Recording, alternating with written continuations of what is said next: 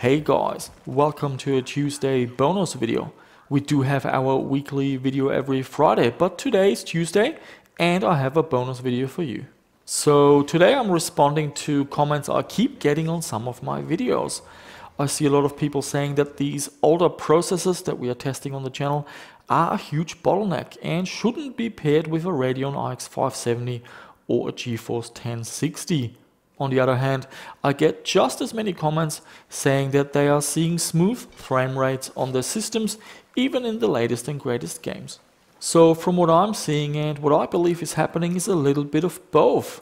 The processor does indeed hold back modern graphics cards, but the issue can be managed to a certain degree by experimenting with the graphics settings, and it also depends hugely on which game you're trying out and if it's optimized or not. So in this video we will check out a few games. Some are extremely well optimized and run flawless on older CPUs, whereas others are not and require a few settings to be changed to improve the situation.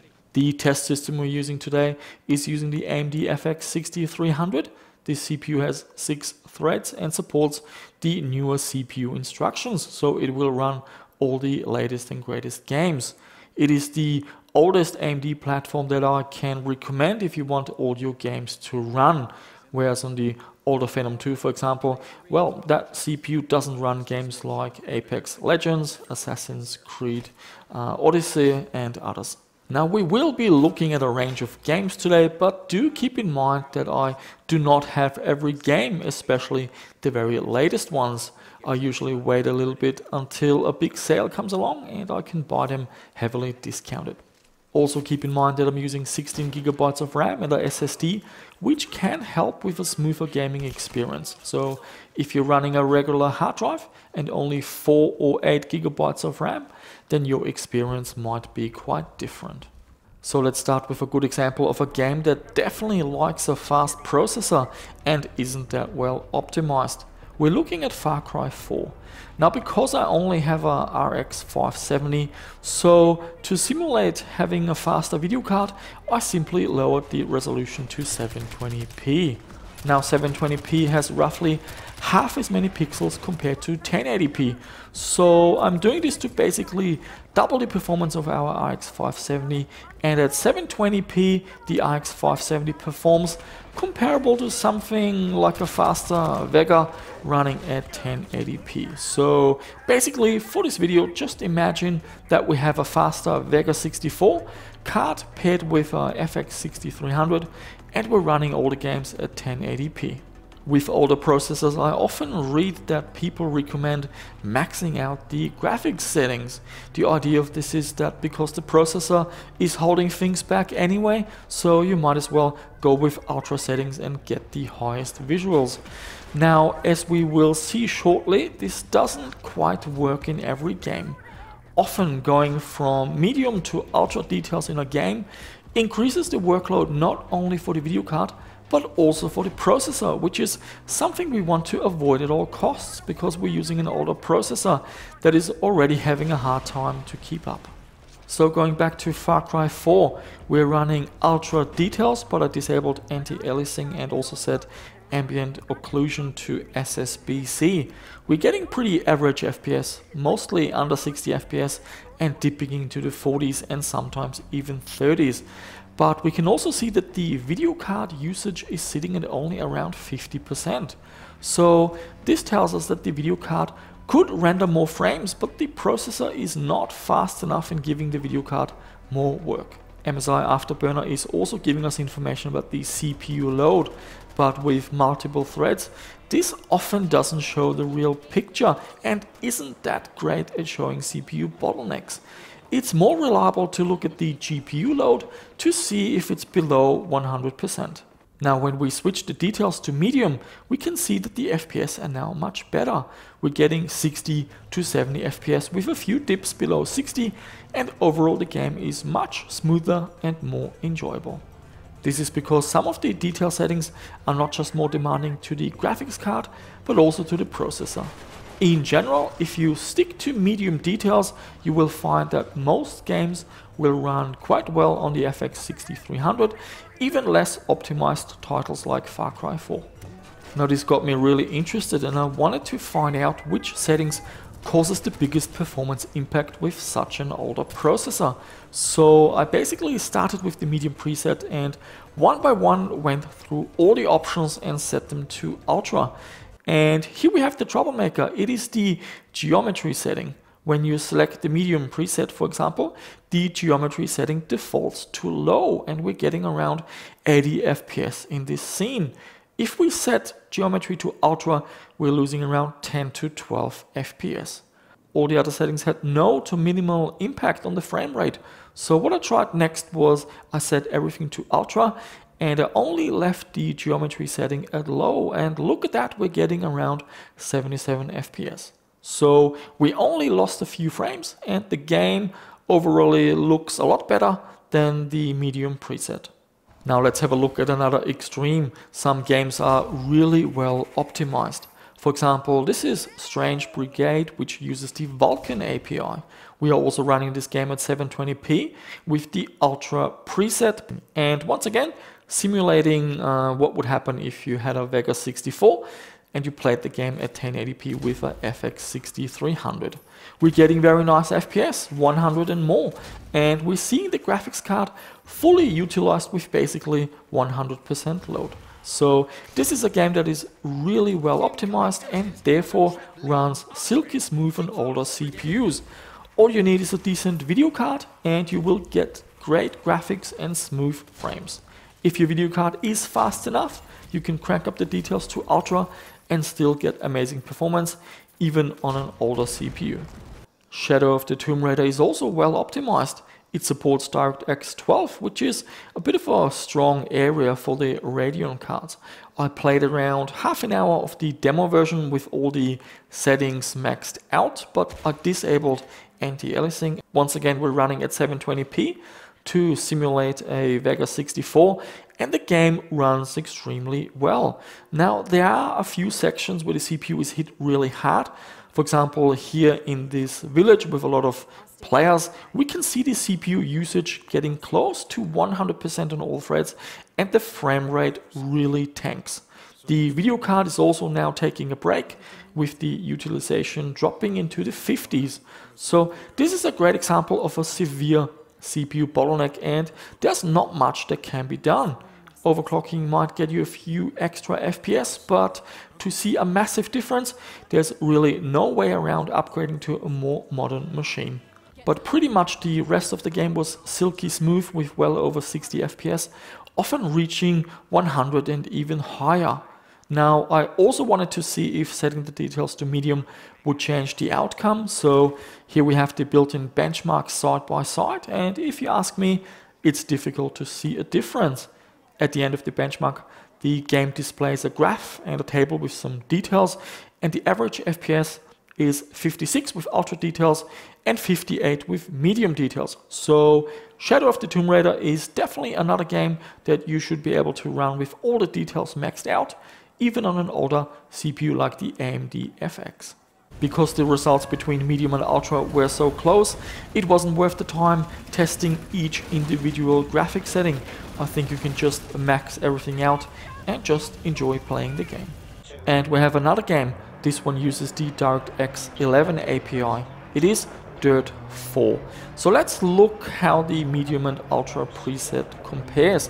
Just like in the other games, I disabled anti-aliasing for this game. We are also running at 720p to once again simulate a Vega 64 graphics card. And we're looking at a side-by-side footage here showing the game with medium and ultra details. At medium details, the game performs pretty well. We're getting around 90 FPS, which is excellent for a racing game that needs to be fairly smooth and responsive. Now, notice how the video card is showing a fairly low utilization with only around 50%. Now, with ultra details, the game runs a lot worse. We're seeing just under 60 FPS. But what's interesting is that despite ultra details, the video card is still hardly getting used and we are still seeing a load of just around 50 to 60%. So once again, this is an example of a game that is more demanding on the processor with higher details. So in this game I also had a look at the individual graphic settings, and the one option that makes the biggest difference is ground cover. This setting alone drops the FPS from 88 to 58 when changing it from low, which is the default setting of the medium preset, to ultra. So after finding this setting, I left ground cover at low and I set everything else to ultra.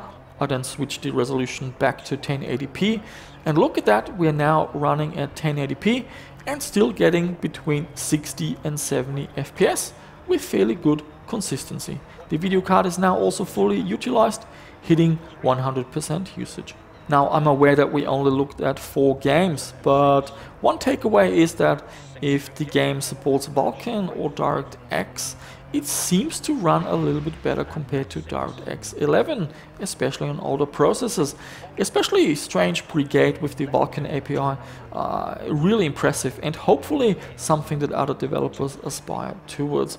With Shadow of the Tomb Raider, we also saw very little difference between the medium and ultra settings in terms of performance, but the game has areas that are extremely hard on the processor. And looking at the numbers, there's just no way around upgrading to a new system if you want to get 60 FPS in those areas.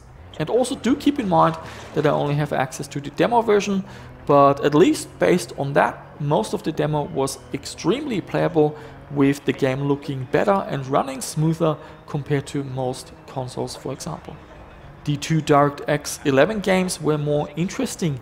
Out of the box, we saw that the games run quite a bit faster with the medium preset compared to ultra, but it really pays to spend a little bit of time and testing out each individual detail setting.